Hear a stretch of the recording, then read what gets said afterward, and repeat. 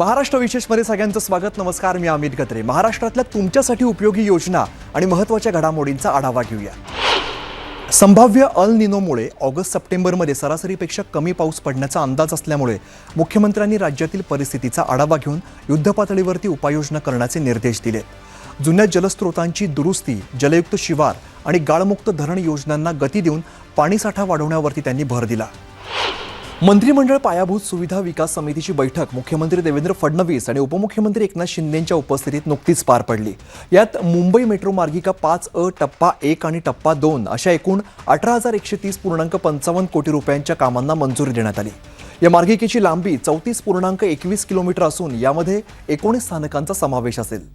टप्पा 1 कापूरबावडी ते धामणकर नाका, टप्पा 2 धामणकर नाका ते दुर्गाडी, मार्गिका 5A दुर्गाडी कल्याण उल्हासनगर अशी या प्रकल्पाची रचना असणार आहे. मुख्यमंत्री देवेंद्र फडणवीस यांच्या पुढाकारातून मुख्यमंत्री वैद्यकीय सहाय्यता निधी गरजू रुग्णांसाठी मोठा आधार ठरत आहे. 1 एप्रिल 2025 ते 31 मार्च 2026 या आर्थिक वर्षात मुंबई जिल्ह्यातील 686 रुग्णांना सुमारे 6,55,00,000 रुपयांची मदत देण्यात आली आहे. तर संपूर्ण राज्यामध्ये 40,000हून अधिक रुग्णांना 333 कोटी रुपयांचं अर्थसहाय्य वितरित करण्यात आलं आहे. पुढे जाऊया. मध्य पूर्व आशियातील अनेक नामांकित कंपन्या महाराष्ट्रात डेटा सेंटर उभारण्यासाठी उत्सुक असून या कंपन्यांना करारानंतर त्वरित जमीन आणि वीज उपलब्ध करून देण्याचे निर्देश मुख्यमंत्री देवेंद्र फडणवीसांनी दिले. सह्याद्री अतिथीगृह या ठिकाणी झालेल्या उच्चस्तरीय बैठकीत त्यांनी या प्रकल्पांसाठी कालबद्ध पद्धतीने काम करण्याचे आदेश संबंधित यंत्रणांना दिले. डेटा सेंटरसाठी सिडकोने स्वतंत्र लँड बँक विकसित करावी आणि ऊर्जा विभागाने वीज उपकेंद्रांसाठी जागा प्राधान्याने उपलब्ध करून द्यावी असं मुख्यमंत्र्यांनी स्पष्ट केलं. महाराष्ट्र राज्य मार्ग परिवहन महामंडळ आणि परिवहन खात्यामार्फत राबवण्यात येणाऱ्या रस्ता सुरक्षा अभियान या जनजागृती उपक्रमाला बळकटी देण्यासाठी प्रसिद्ध अभिनेते रितेश देशमुख आणि अभिनेत्री जिनिलिया देशमुख यांची पुढील 5 वर्षांसाठी ब्रँड अँबॅसेडर म्हणून नियुक्ती करण्यात आली आहे. या नियुक्तीचा करार हस्तांतरण सोहळा मंत्रालयात मुख्यमंत्री देवेंद्र फडणवीस यांच्या हस्ते पार पडला.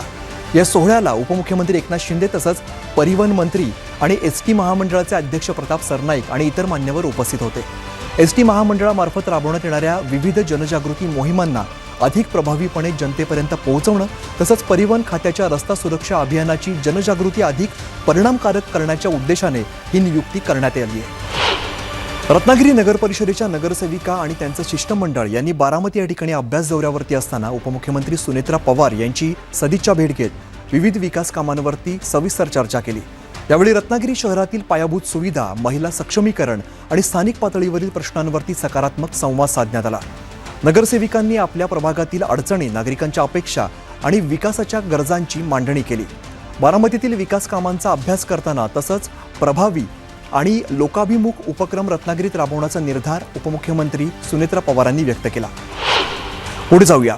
महिलांविषयीचे कायदे आणि योजना तळागाळापर्यंत पोहोचवण्यासाठी माध्यमांनी संवेदनशील वार्तांकनावरती भर द्यावा असं आवाहन राज्य महिला आयोगाच्या सदस्य सचिव नंदिनी आवडे यांनी केलंय.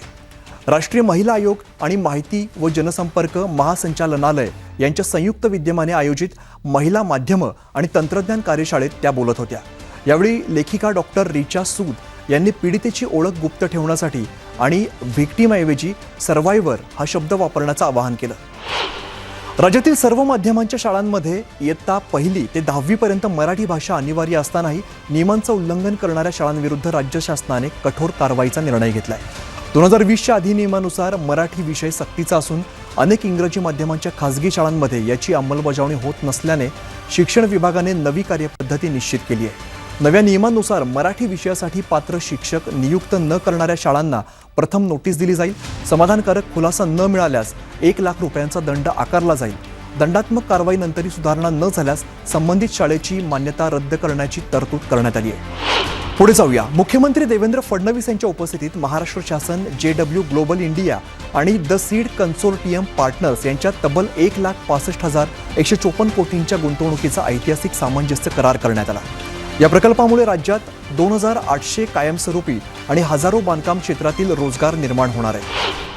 या सगळ्या घडामोडी बघितल्यानंतर महाराष्ट्र विशेषमध्ये इथेच थांबतोय. पाहत रहा न्यूज 18 मराठी, आवाज महाराष्ट्राचा.